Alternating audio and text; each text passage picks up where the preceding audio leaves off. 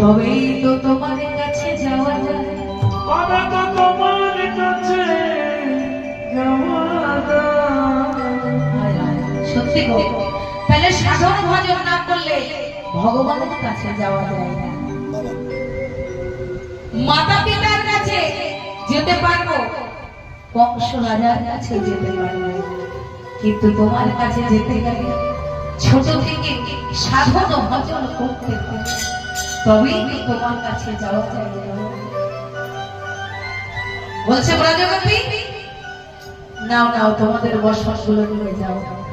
তাই কি করেছে গো, কেউ এক হস্তে লজ্জা আচ্ছাদন করে আরেকটি হাত প্রভুর দিকে বাড়িয়ে দিয়েছে, কেউ দুটি হাতে লজ্জা আচ্ছাদন করে আছে।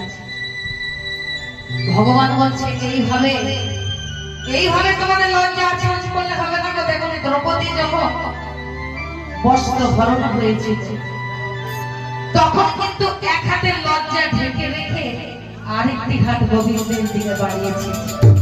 গোবিন্দ কিন্তু ততক্ষণ আসছে, যতক্ষণ না তিনি দ্রৌপদী দুটো হাত বাড়িয়ে জোর হাত করে প্রভুকে ডেকেছিলেন, তখন কিন্তু তিনি এসেছিলেন। আর দুর্যোধন দুঃশাসন